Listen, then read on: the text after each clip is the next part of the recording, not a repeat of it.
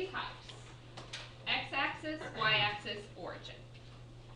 If you're looking at a graph, you can tell symmetry, but sometimes these things aren't ones we can plug into a graph, like x equals the absolute value of y. You cannot put that in your graphing calculator and get a graph. So we have to be able to work it out by hand in those cases. Look at your notes from yesterday. How do we check symmetry to the x-axis? What did we say?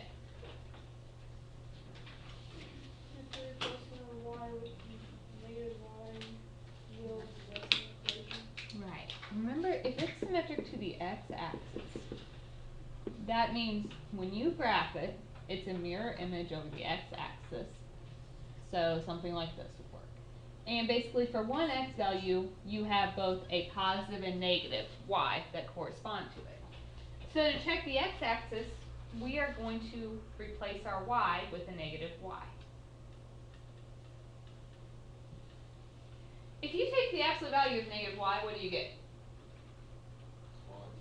Right. Absolute value of negative is still positive. So this is the exact same thing as the absolute value of a positive y.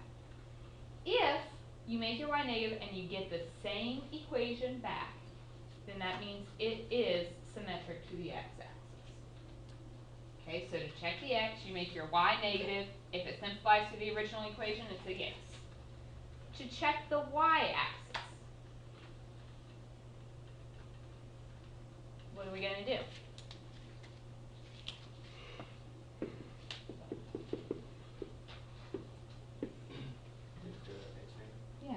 Symmetric to the y-axis just means you have some kind of graph, whatever it may be, and both a positive and negative x correspond to the same y value on there. So to check the y-axis, you make your x negative.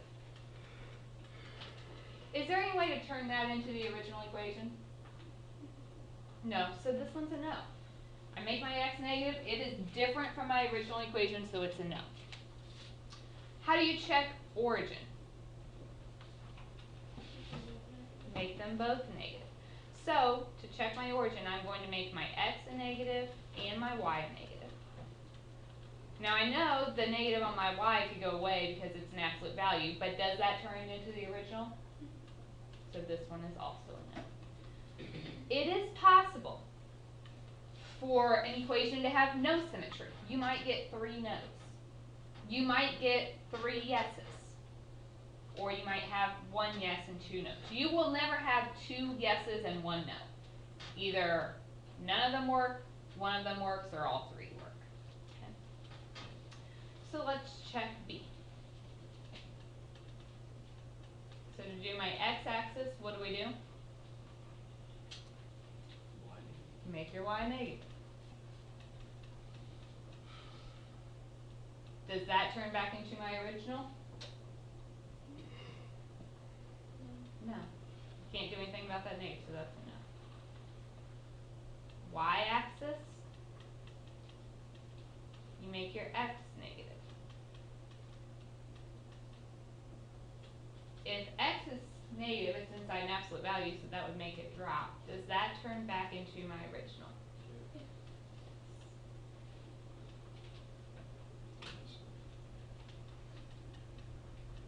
Origin, you make both negative. So is origin always just going to be no unless it's... If both of these were a yes, the origin will be yes.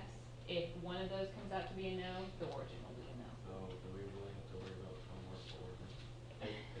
Unless it's a yes. Not necessarily, but it is possible for both of these to be no and the origin to be a yes as well. So basically, if you have 1 yes and 1 no, you know the origin is going to be no. If you have 2 yeses, origin will be yes. If you have 2 no's, you have to check it. Alright, so this one, the origin came out to be no. I want you guys to do C and D for me. So check those for symmetry. I've got lots on here. We'll see how many we need.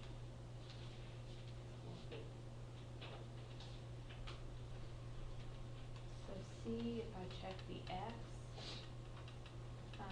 you can change the format of your equation, but you don't have to. You could just plug in a negative for the y. And we get 2x plus y equals 6. So that would be a no, different from my original equation. Check the y, you make your x negative.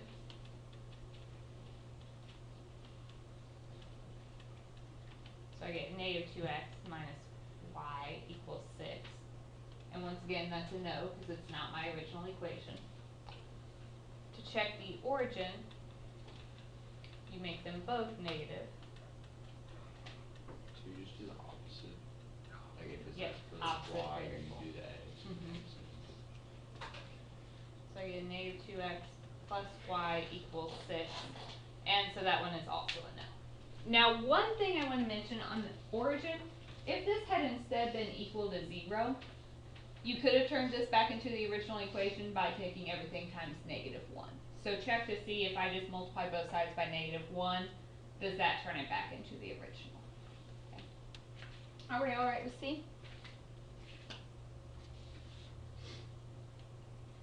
D, what'd you get on this one? Yeah.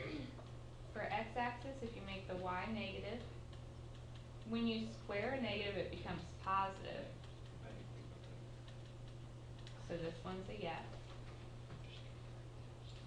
Y-axis, you're going to make your x negative and square it, which makes it a positive, so we get a yes again.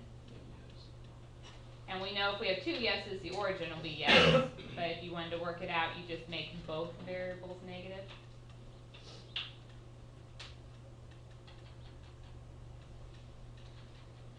And we get a third yes.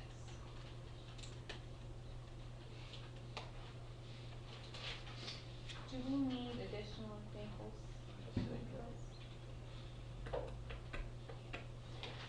The last piece, still along these lines, we also used the terms even and odd yesterday. Those applied only to functions. Even is the same as symmetric to what?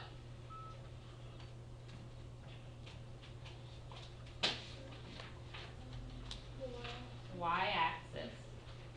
Odd is the same as symmetric to the origin. Okay, let's look at pictures and see if we can decide. So this first one, even or odd? Even. If I fold this graph over the y-axis, it overlaps itself, so that is even. This one, even or odd? Odd. If you flip it, odd means two flips. If I flip this over the y and over the x, it overlaps. This one. Let's see, if I flipped it over the y, this piece would look like that, this would go over here, and this would go down here. Then if you flip it over the x, it overlaps the original. So this is also odd. What about the last one? If you flip it over the y, it would look like this. Then flip over the x, it would overlap as well. So that one is odd. When our equations are written in function notation, the checking for symmetry is just a little different.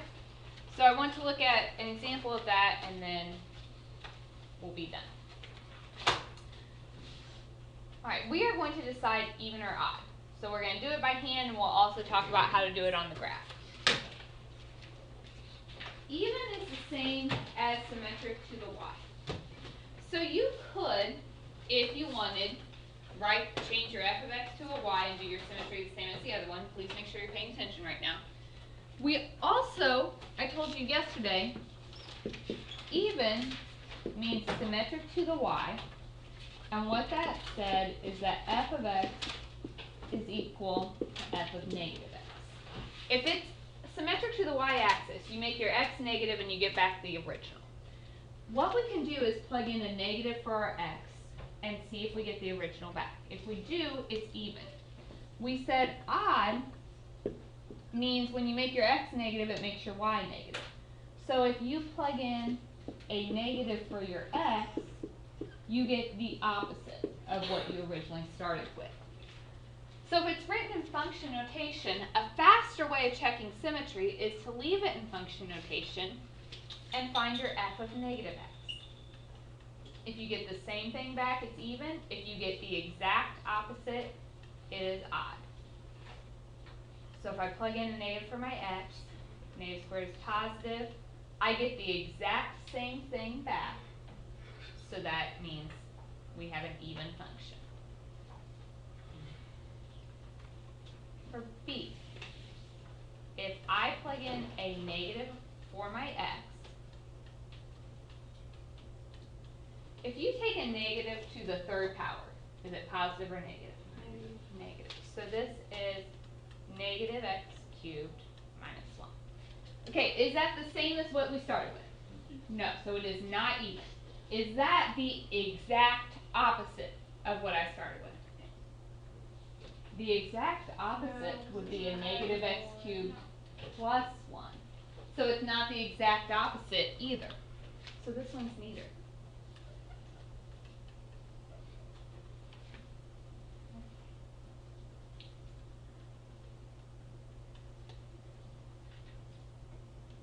C. If I plug in a negative for my x,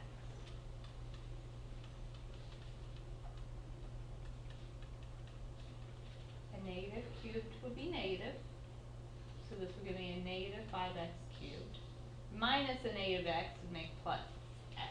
Is that what I started with? No, so it's not even. Is that the exact opposite of what I started with? Yes, it's like taking my original times negative 1, so this is odd. Do you need more of these? That's what the last part of your homework was from yesterday, so I want to give you the rest of class to finish up that Math Excel assignment due by 3 o'clock tomorrow.